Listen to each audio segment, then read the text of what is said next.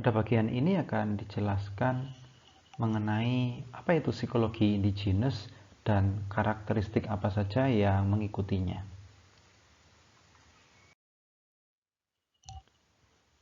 Sebenarnya bagaimana sih mula pergerakan psikologi indigenous? Aktivitas penyebaran psikologi di suatu negara dijelaskan oleh Adair. Yang pertama, ada tahap importation, di mana para pembawa ilmu psikologi yang menjadi suatu ilmu dengan perspektif arus utama atau kita sebut sebagai psikologi mainstream itu dipelajari oleh akademisi-akademisi psikologi, baik itu pengajar ataupun mahasiswa psikologi saat itu. Lalu kemudian seiring berjalannya waktu, pelajar ini kemudian ingin meningkatkan atau melanjutkan pada tahap yang lebih tinggi. Di sanalah kemudian para pelajar itu mempelajari ilmu psikologi di negara asalnya. Di barat, apakah itu di Eropa ataupun di Amerika. Setelah kemudian para pelajar ini menyelesaikan studinya, baik itu master ataupun tingkat doktoral, para mahasiswa itu, siswa pelajar di luar negeri kemudian pulang ke negaranya dan berusaha untuk melakukan tahap yang kedua adalah implementation, yaitu menerapkan ilmu psikologi arus utama atau psikologi mainstream di negara asalnya. Dari penerapan keilmuan tersebut mendapati ketidakpuasan terhadap teori-teori barat ataupun teori-teori mainstream yang berlaku saat itu yang tidak sesuai dan mendapatkan ketidakkonsistenan dari hasil teori tersebut ketika diterapkan di negara timur atau negara asalnya.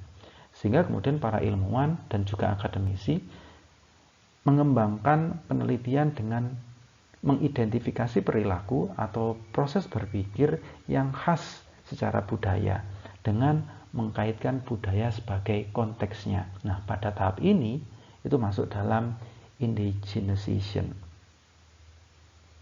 Lalu para akademisi, baik itu ilmuwan, apakah itu mahasiswa ataupun dosen, berusaha mengembangkan suatu program pendidikan di negara asalnya.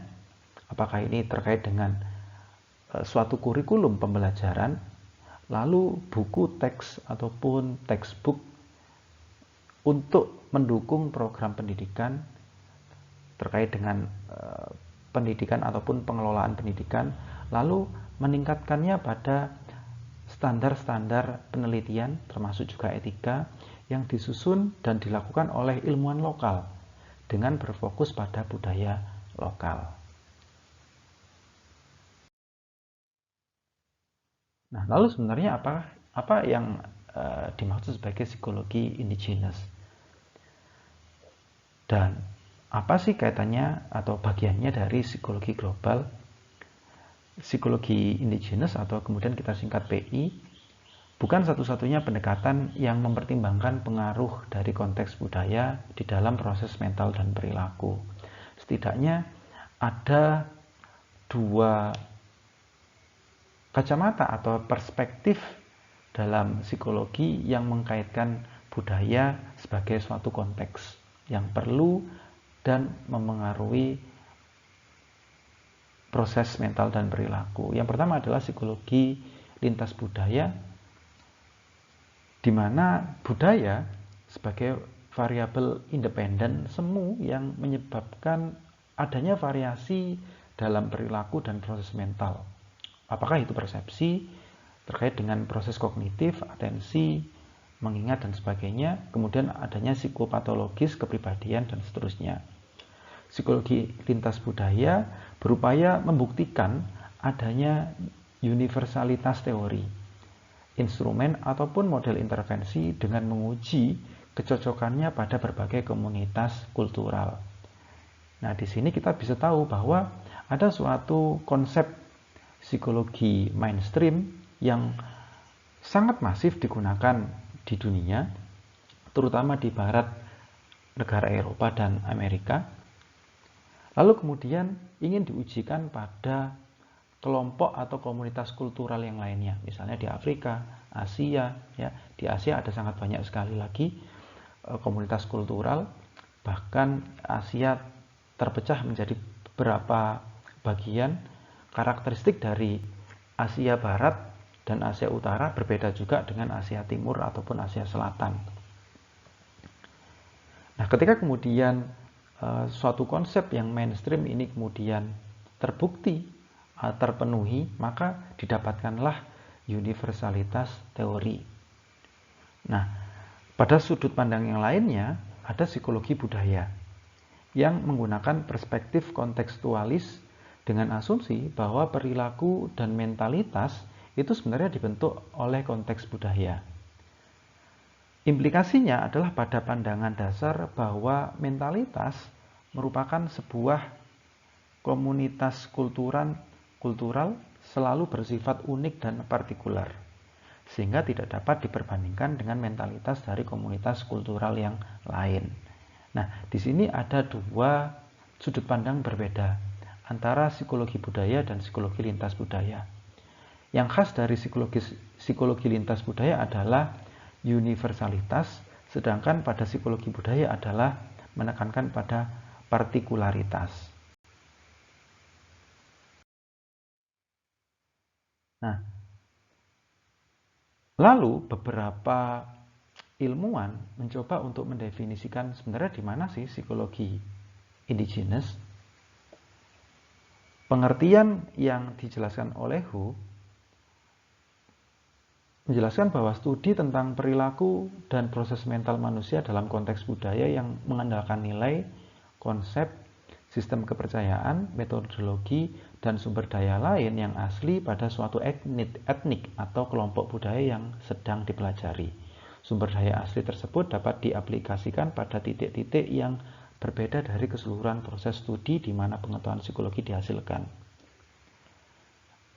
Definisi yang lain dijelaskan oleh Yang bahwa pengembangan sistem pengetahuan yang secara efektif merefleksikan, mendeskripsikan, menjelaskan, atau memahami fenomena dari perilaku dan psikologis dalam konteks aslinya dipandang dari segi kerangka acuan yang relevan secara budaya, serta kategori dan teori yang dikembangkan dari budaya tersebut.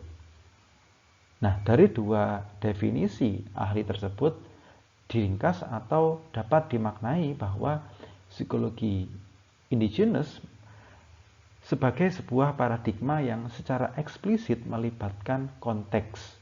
Konteks di sini bisa dimaknai sebagai budaya, keluarga, sosial, dan ataupun ekologis, beserta isinya yang terkait dengan makna, nilai atau value, dan juga keyakinan ke dalam desain penelitian.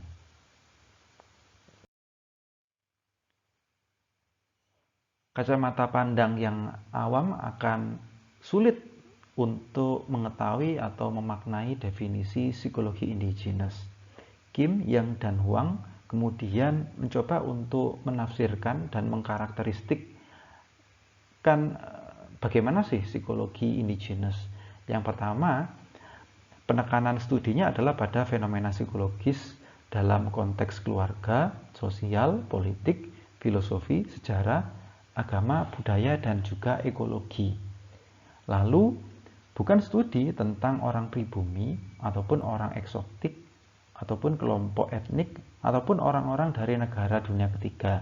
Namun, studinya berfokus pada orang asli atau indigenous yang tinggal dalam suatu masyarakat. Bukan berarti kemudian menggunakan metode tertentu dan bukan sebagai suatu pendekatan metodologi. Diasumsikan bahwa hanya orang yang berasal dari dalam atau insiders budaya tersebut yang dapat memahami fenomena indigenous dan budaya yang ada, dan bahwa orang luar atau outsiders hanya memiliki sedikit saja dari pemahaman yang menyeluruh. Psikologi indigenous berbeda dengan psikologi naif Heider. Konsep indigenous yang telah dianalisa atau dianalisis merupakan bukti adanya psikologi indigenous. Misalnya di Jepang ada konsep amai, di Filipina ada kapua, dan di Yunani ada pilotino. Banyak ilmuwan psikologi mencari penjelasan fenomena indigenous.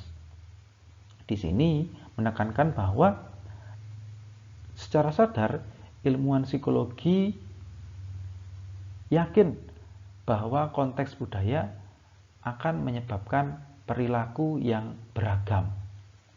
Psikologi indigenous merupakan bagian dari tradisi ilmu budaya.